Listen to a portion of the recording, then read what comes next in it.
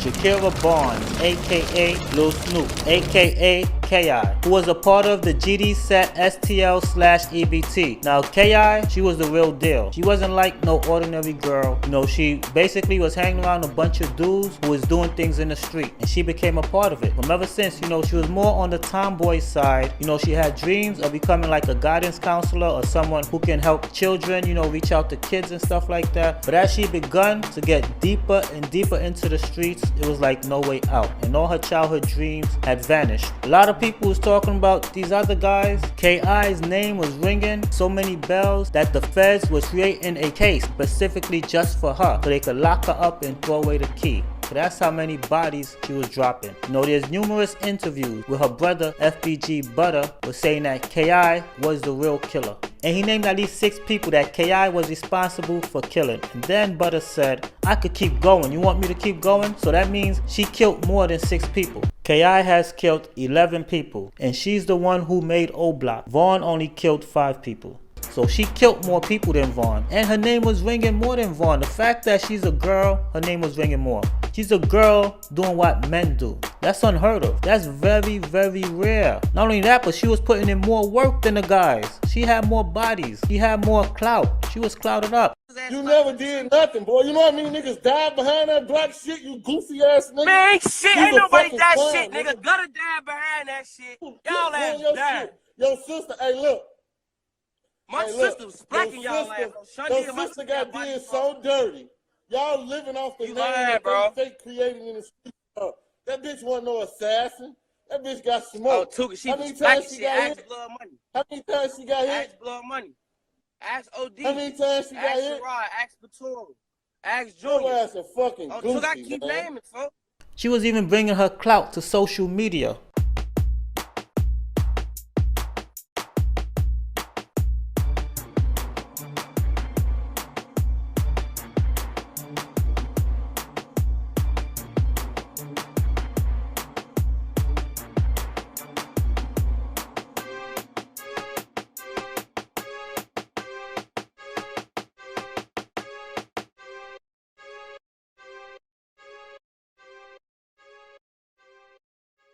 You see, so just by her tweets alone, you can see that she was really in the streets. She became one of the most feared hitters in the city. But what made K.I. different, you know, from all the other hitters, or most of the hitters in Chicago, is that she will be going to the ops territory by herself with the hammer on her, looking for the ops. She even claimed that Vaughn and T-Roy, they was never around when she be pulling up at O Block. Nobody was outside. I seen the tweets when she went there looking for Vaughn and Vaughn wasn't around. Same thing like Whiskey. Every time he pulled up, Vaughn wasn't around. Vaughn must have been hiding out or something. That's why he was so hard to get. Vaughn was off the streets. But the police will stop K.I. when they see her strolling by herself, you know, just walking down the street, whether it's nighttime or daytime. Even though she's strapped, they will talk to her because they knew who she was. She had a rep. So they'll tell her, you know, go back home. You know, this territory is not safe for you. What you doing out here? It's too dangerous at night. Not knowing that, you know, she was looking for ops. So that's how K.I. was living it. She was doing stuff by herself. She was going on journeys by herself. Of course, you know, she was with Butter and them, you know, the other GDs or whatever. But sometimes she'll take that walk by herself and she was ready to put in work. But nobody was outside when she was coming outside looking for them. So I guess someone must have tipped them off and told them K.I. is coming to your block. And everybody must have went in the house and locked the doors. These EBT ass niggas right here, man. That squad shit, bitch. I'm from STL, but I be posted on EBT, bitch. Hey, the real is back, man. You already know free C-ball. Squad. Free.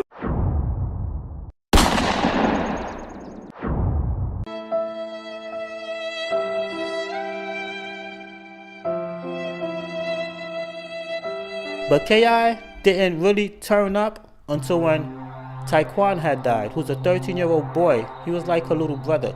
That's why she changed her name online to Taekwon Assassin. Taekwon's death had really bothered her. Because a close friend of K.I. said that when K.I. was at her house, she kept crying and crying and crying, you know, the day when Taekwon died. And after she finished crying, then she was just silent. From that day, she changed. She made a vow to herself that she was going to take out all her ops because of what happened to Taekwon. So everyone who pissed her off, she was just going to get rid of them. And that's what she did, because she became reckless. She was already gangster before Taekwon died, but she became reckless. Like, she just didn't care. You have two types of killers. The ones ones who cares and the ones who don't care. It's two types. And the reckless ones is the ones that they don't care if they get caught. You know, they'll do it in broad daylight. They'll kill anybody. They don't care. You know, the ones who care, they think about it before they do it. You know, well, I'm not going to really go on this journey or do this because this and that might happen. I'm going to try to be more smart about it. Those are the ones who care. But K.I. became the reckless one who didn't care. She was just out for revenge. She was collecting souls. She became a grave digger. So after she killed Chief Keef's cousin, Blood Money, that's when she reached the pinnacle of her career, or the top of her career, her highest point. Because she was killed 2 days later because she tweeted out her location online, and I heard the ops, they seen her location, they jumped in the car, they drove to her location that she tweeted, they seen her, they jumped out and started spraying, and she was with a couple other people. She got hit 9 times, she ran and sat on the wooden step, and that's where she collapsed. He just signed a record contract, so now local rap star is dead, gunned down in Englewood. Thanks for joining us. I'm Harry Porterfield. And I'm Dana Kozlov. Roseanne is off this morning. The singer known as Blood Money was one of 9 people shot during a violent night across the city. CBS 2's Susanna Song is live outside Stroger Hospital with the latest. Susanna, good morning. Good morning, Dana and Harry. Blood Money went by the name of Mario Hess. That's his real name. His family is in shock this morning. They can't believe he's dead. It was just 2 weeks ago that he signed a record deal with a company out of Los Angeles. Now, this is him, a 30-year-old father of 5. He was fatally shot in the chest last night outside of his family's Englewood home. With him was his 28-year-old cousin, Darnell Patton. He was shot in the abdomen and underwent surgery overnight. He is in stable condition here at Stroger. Police say around 9:30 last night, the two were shot in the 5600 block of South Elizabeth Street. Hess was there visiting his family. Friends and family say he just returned from Los Angeles, where he signed a contract with Interscope Records. Hess was recently featured in one of rapper Chief Keef's hit songs. The two were also cousins. A relative says she believes Hess was targeted out of jealousy. He made it. He made it, and they was mad. Who was mad? He had a lot of people just jealous of him, and it's sad, you know. He came from nothing to that. Look at him. He didn't deserve that, though, at all. Now one of them, Darnell neither. He wasn't one of those types whereas he felt like he made it and he was too good for us. He was right here with us still. Day before yesterday. That's how he got killed last night, because he represented his hood. Overall, it was a bloody night across the city, from Logan Square all the way down to Englewood. Another 7 people shot. Chicago police say they have no one in custody for any of those shootings. Reporting live outside of Stroger Hospital, Susanna Song, CBS 2 News. Dana, back to you. Thanks, Susanna. Turn up. That why? She pulled the video this Thursday. Oh, you pulled the video up?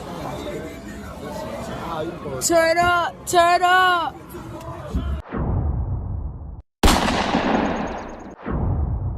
Wolski, K.I., Butter, they was out on the block every day. Even if they have nothing to do, they was out on the block. But K.I. had more than 5 or 6 bodies. She had more bodies than Vaughn. Some people was running around saying that she got 17 bodies. I don't know if that's true. We all shooters and we shoot to live, nigga. Gangster disciples.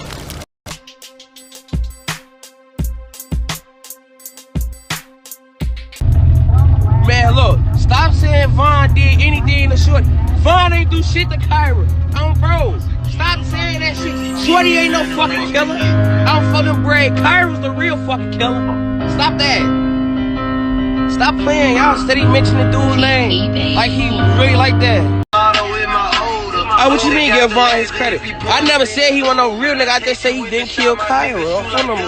Stop that. Stop putting that shit on Shorty's name like motherfucker really like that. You know?